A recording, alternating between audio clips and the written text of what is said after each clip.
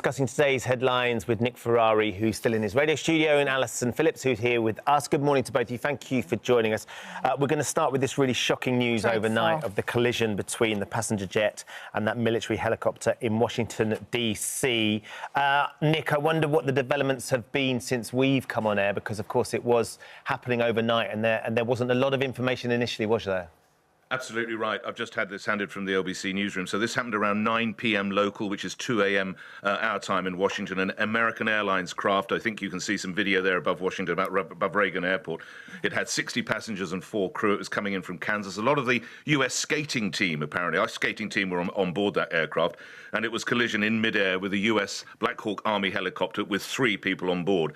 There are now 3 sites that they're trying to get to. The plane has split in half, and the helicopter is also the 3rd site. It's in about 7 to 10 feet of water.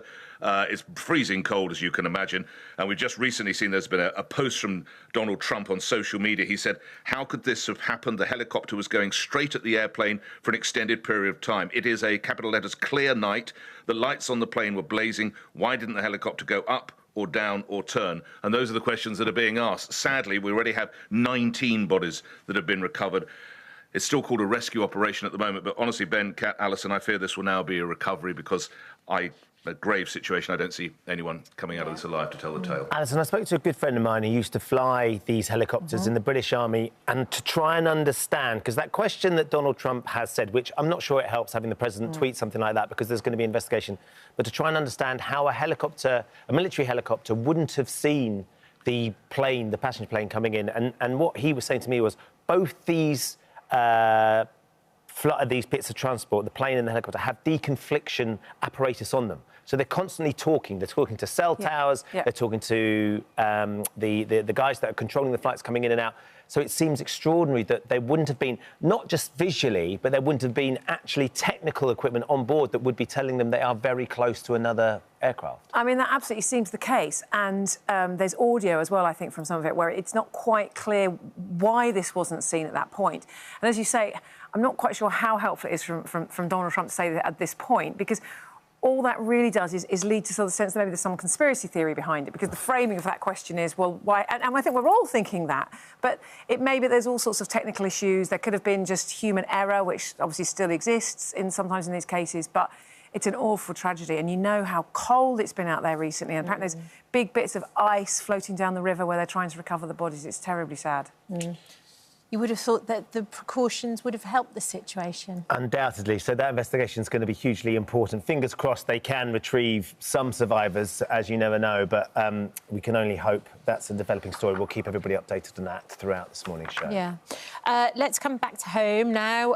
Let's talk about shoplifting and how it's out of control. When we were in the production meeting, everybody has a story of seeing someone shoplift or talking to, shop assistants, and everybody just holds their hands up and goes, "There's nothing we can do." I think this is such a sort of shameful indictment of where we are, and the figures are incredible. So, in the 12 months that ran up to last September, so incidents of shoplifting went up by 4 million to more than 20 million cases, and that's costing the shops £2 billion. Now, who's footing that bill? We are, in, of course, everything that we then buy. Yep. And what's kind of...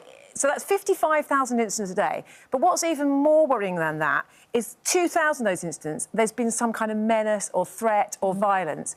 And we'll have all seen it. I remember going into a shop and there was a guy in front of me and he had one of those big trolleys and he just filled it up with drink and he turned around and he walked out. So there's and I think a lot of it is what it's like for staff. If you're there and you're working really hard, you've been on a 12-hour shift, you're on the minimum wage, and then you see other people coming in, filling up their trolleys. And I think the whole of society feels, hang on a minute, why are these people getting away with...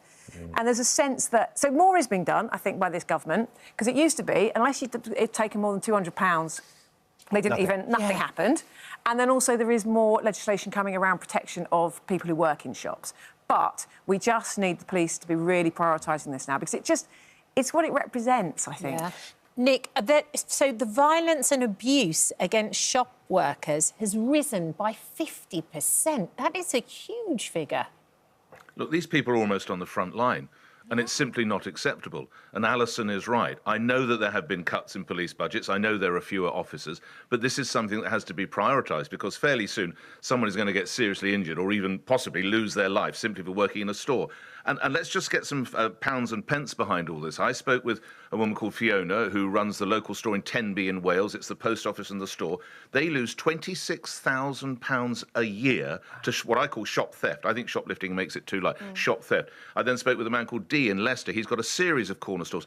He loses £98,000 a year, and as a result, he used to be able to sponsor like the local boys and girls football team or things like that. He now can't necessarily spend that money because he needs to keep his stores going. That is the reality. These people are losing tens of thousands of pounds, and police officers have to realise this also has to be, to use that expression, nipped in the bud. Because if they get away with this, they might be encouraged to start breaking into a car or breaking into people's homes. We have to clamp down on this, and I would not be against a practice that's used in some states in the United States where they put posters on the door. So, for instance, let's use me. They know that I'm nicking from the local Asda or the Sainsbury's. They've got video of me and my face is on a poster as I walk through the supermarket door. We've got all sorts of data protection. I think we need to look at that and actually name and shame these people. And I think it's also interesting, the point that this isn't necessarily people who are doing it because they're hard up. There is a small proportion of that, but a lot of this now is organised crime groups that are sending people out. They're stealing to order because they know they can then sell it on.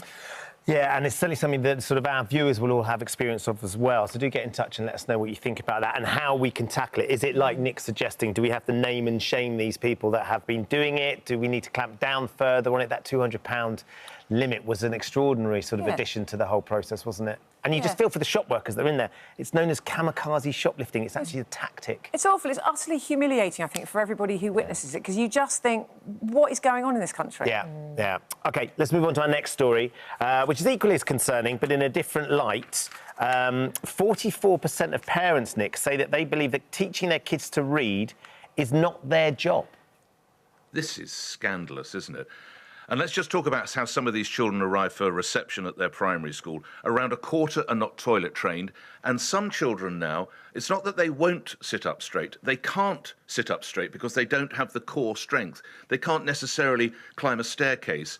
And one head teacher says their movements are, quotes, clumsy because they've not had enough development as children. Listen, I know we're all busy. My ex-wife was busy when we were raising our children, but you have to find time. If you're not finding time for your children, I don't quite know what you are doing. And then there's the whole idea of literacy as well. Look, I run a campaign here called Kids Who Read Succeed, and we have great folk like the Duchess of York, Alan Titchmarsh, Joanna Lumley. They read books for this campaign because I'm passionate about getting kids to read. But I had no idea until this charity discovered that in some instances these poor little kids, literally, it's not they won't, they can't sit up straight. It's appalling, and it's a wake-up call to parents. Some of these children are going to school, Alison, and don't understand that they turn the page, rather they're trying to swipe because they're used to looking at iPads.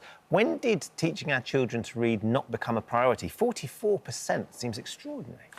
It does, but I think perhaps what we need to do at this point is, rather than demonise those people who aren't doing those things. No, hang on a minute, Nick.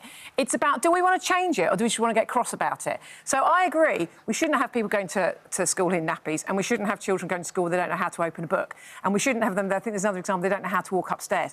But do we actually want to fix this problem? Because the parents of those children have probably had fairly similar circumstances themselves.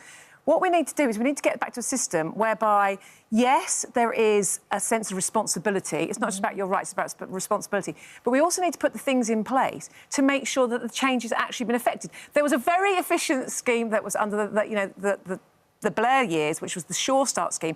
The transformation in those children's lives was coming right the way through to when they were doing better in their GCSEs many years later. So just shouting at people for being bad parents isn't going to change it, Nick. You can do it as much as you like. It's not going to change the outcome. Alison, are you seriously suggesting we need to get people to teach parents how to look after their children? What's next? To teach them how to brush their teeth? Yes, I am, because it's not working at the moment. Otherwise, we'd be seeing it. So there's no individual parental responsibility required. Of course there's parental responsibility. Hang on. It's up to the state to find and employ people to go to folks' houses and teach them how to get their child to sit up straight and how to brush its teeth. Seriously? But, Nick, is it working, what we're doing at the moment? Clearly not, because we won't be in this situation. Because there is no parental responsibility. But how? OK, but my point is, what would you do about it? What would your solution be? If the child isn't toilet trained, they don't come to school and the parents get fined. So, OK, so that child doesn't come to school. So, yes. Okay, yeah. So what happens? So what happens then? So then you have a child that isn't in the education process, isn't able to get a job, isn't contributing economically. So there's already the opportunity of finding parents. How does that actually solve the problem? How does that actually get more people involved in as useful citizens? I don't think it's my taxpayer, the taxpayer's responsibility to get parents to have their children sit up straight. That is, and I know you're saying, I hear what you're saying, but why are we indulging these people? They should be made to put the problem right themselves, not by hiring yet more quasi-social workers. And that's a very easy thing for you to say, but it isn't going to solve the problem. Well, what we need to do is we need to get everybody in the room to hammer this out. Unfortunately, Nick's not quite here right now. Too far away. Do get in touch, just let us know what you think, because I think everybody at the screen will be shouting very much in agreement with Nick, just in terms of parental responsibility is huge. But if we're in a point where the parents haven't taken that responsibility, clearly they don't see it as their responsibility, they need to be given some sort of guidance, which is what you're trying to say, Alison, isn't it? And actually, if we can do that, that helps the children, because it's the children that need the support. I just think, generally, it's way too easy for people to sit around saying, oh, we're going to hell in a handcart, without actually thinking, right, well, what are we going to do about the handcart? How dare you? I've been doing it for 20 years and it's not going to stop now. How dare you? You can tell when the glasses come off, he's serious. Yeah, get in touch with us. Let us know what you think about that. I think it's a really interesting sort of premise and discussion, and the debate is how do you actually attack a problem like this? Is it fines? Is it shaming these people? Or is it sort of nurturing them, helping them, guiding them? Oh, hello. Thank you for visiting our This Morning YouTube channel. We upload tons of new content every single day. So hit the subscribe button, like all the videos, and don't miss out. We'll see you in the morning.